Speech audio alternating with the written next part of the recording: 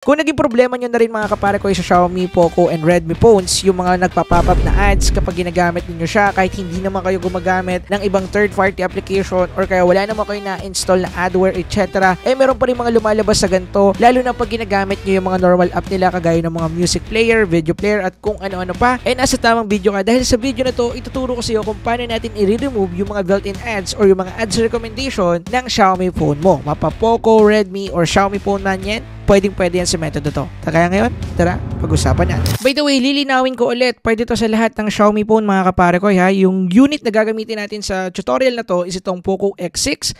Dahil itong Poco X6 Pro ko already set up na, kaya pag-usapan natin dito sa Poco X6 kung paano siya set up. Mabilis na naman to, kaya tara, let's go. So unahin muna natin mga kapare ko yung cleaning features. I-remove natin yung ad recommendation dito. Punta lang kayo ng file manager, click nyo lang yung cleaning icon, and then dito, i-click nyo lang yung settings mga kapare ko. After nyo i-click yung settings, i-browse down nyo lang at hanapin ninyo mga kapare ko yung receive recommendation. Kinakailangan nyo lang yung i-turn off. So kung na-experience nyo na nagamitin yung cleaning option and then biglang may lumabas na ads after ninyo mag-clean ng mga junk files, yun yung reason. Itong receive recommendation, kinakailangan nyo lang yung i-turn off. So yung next naman na i-turn off natin is dito sa My Video. Click nyo lang yung My Video, hanapin nyo lang yung profile icon, click nyo lang yan. And then dito, hanapin nyo lang mga kapare ko yung settings. So after ninyo mapindot yan mga kapare ko, i-browse down nyo lang and then hanapin nyo yung personalized recommendation, i-turn off nyo lang yan mga kapare ko. So all good sa tayo after that. Pangatlo naman mga kapare ko is yung kanyang built-in music player. Kung na-experience nyo nang i-open yung music player na to and then kapag open ninyo, may makikita kayo sa mga recommendations na banner ads na kung saan naka-display dito yung mga application and games na pinapa-download sa'yo or sinasadya sa'yo. At once na mapindot mo yan or kaya ma-misclick ka lang dyan, i-redirect ka nyan sa ibang website at medyo annoying yan. So i-turn off natin yan. So i-open nyo muna yung music player and then i-click nyo lang yung nasa may upper left corner na parang icon, and then pagka-click nyo doon, hanapin nyo lang yung settings, and then dito sa port na to, hanapin nyo lang yung advanced settings, and then dito sa port na to, kailangan nyo lang i-browse down at i-toggle off nyo lang mga kapare ko itong tatlong to, yung show ads, show online recommendation on startup, and personal recommendations. And then after that, all good sa tayo. So yung pangapat naman mga kapare ko ay sa ating built-in file manager. So ang kinakailangan nyo lang gawin, i-open yung ating file manager, i-click nyo lang yung upper left corner ulit, yung parang hamburger menu, click nyo lang yan, and then i-click nyo sa loob yung settings. And then dito mga kapare ko, i-click nyo lang yung about, and then after that, i-turn off nyo lang or i-toggle off nyo lang yung ating recommendation part. And then after that, okay na tayo. So yung next naman natin mga kapare ko na ito-turn off, yun dun sa ating security. So kinakailangan nyo lang gawin, i-open nyo lang yung security application natin dito, click nyo lang yung upper right corner settings, and then dito, hanapin nyo lang yung receive recommendation pababa, and then kailangan nyo lang tong i-toggle off. And then that's it. Next naman mga kapare ko na ito-turn off natin is yun dito sa Teams. So sa Teams, kinakailangan nyo lang siyang i-open, and then dito, kailangan nyo lang i-click yung My Account, and then sa loob nito, kinakailangan nyo lang i-click yung settings icon na nasa may upper right corner,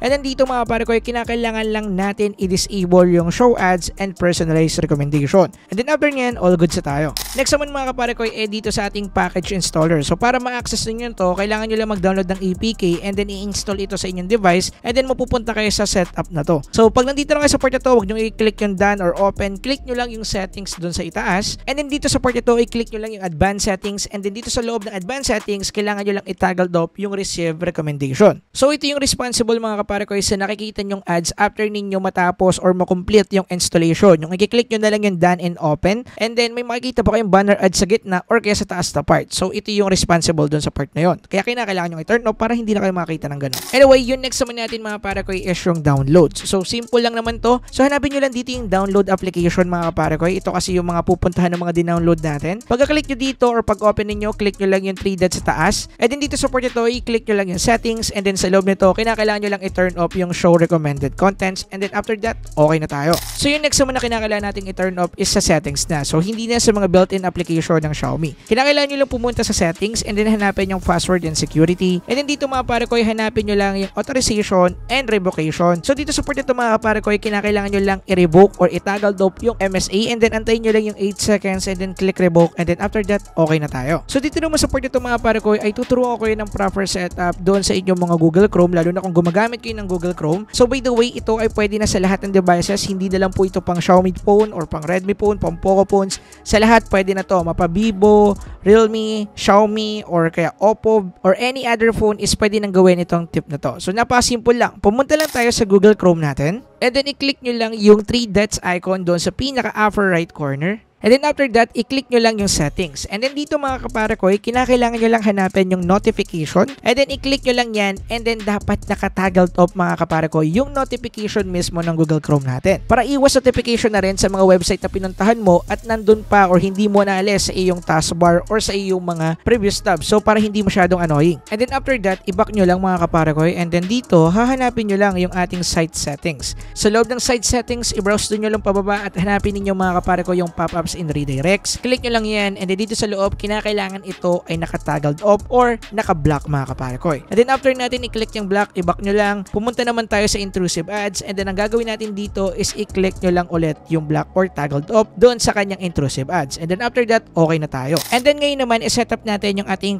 ad privacy. So para magawa yun, punta lang ulit tayo sa 3 dots sa gilid, click nyo lang yan, and then click settings. And then dito mga parkoy, hanapin nyo lang yung privacy and security. And then sa loob nito, i-click nyo lang yung ads privacy. And then sa loob nito, may makikita tayong tatlong option. I-click muna natin yung first one, which is yung ad topics. I-turn off natin yan mga kaparkoy para sa mga ad topics. And then next naman is yung site suggested ads. Kailangan din natin itong i-turn off. And then yung pinaka-last is yung ads measurement. Kailangan din natin itong i-turn off. So sa pamamagitan nito is malilesen kapare ko yung pagkakaroon natin ng ads sa mga website na pinupuntahan natin or malilimit yung pagkukolekt nila ng cookies natin or yung data activities natin in a daily basis, kung ano yung mga search natin, gusto natin bilhin or mga ginagawa natin, which is isa sa pinaka-needs ng Google para makapagbigay sa inyo or makapag-show ng ads. It depends doon sa inyong mga cookies. Kaya medyo limited yun, so lessen yung ads sa mga kuha natin. So win-win mga kaparkoy. And then last method, para sa mga taong naaanoy kapag pumupunta sa mga website, for example, magbabasa kayo ng article about sa isang smartphone na papalabas or kaya mga update, and then doon sa website ay napakadaming ads na nakikita nyo, like yung mga banner ads, pop-up ads, or kayo yung tao na mahilig gumamit ng mga pre-application, for example, yung PDF reader na pre, na kung saan tinadtad ka na ng ads bago mo magamit, and then pag-export mo meron pang watermark, diba?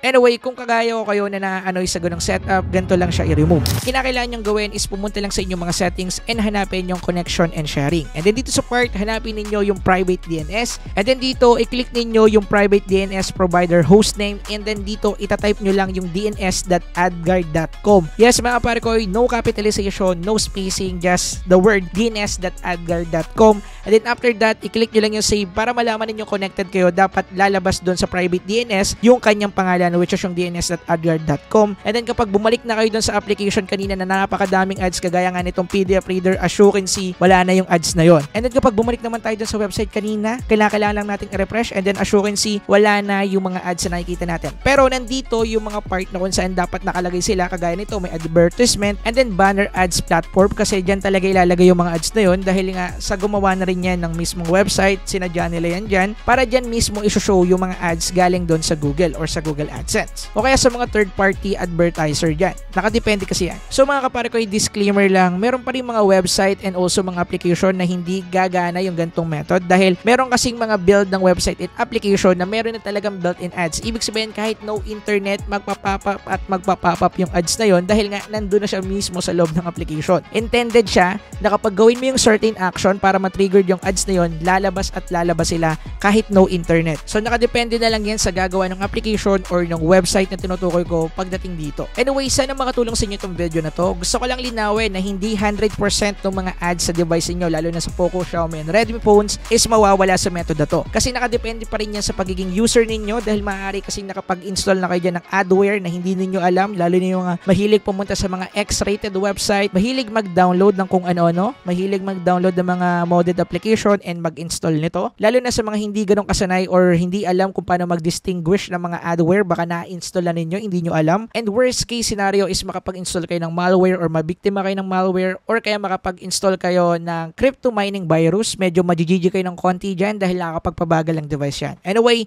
check na lang ninyo. So, be responsible sa pagbabrowse at pag-i-install. Anyway, yun lang. Maraming salamat sa panonood. Peace out. Let's go.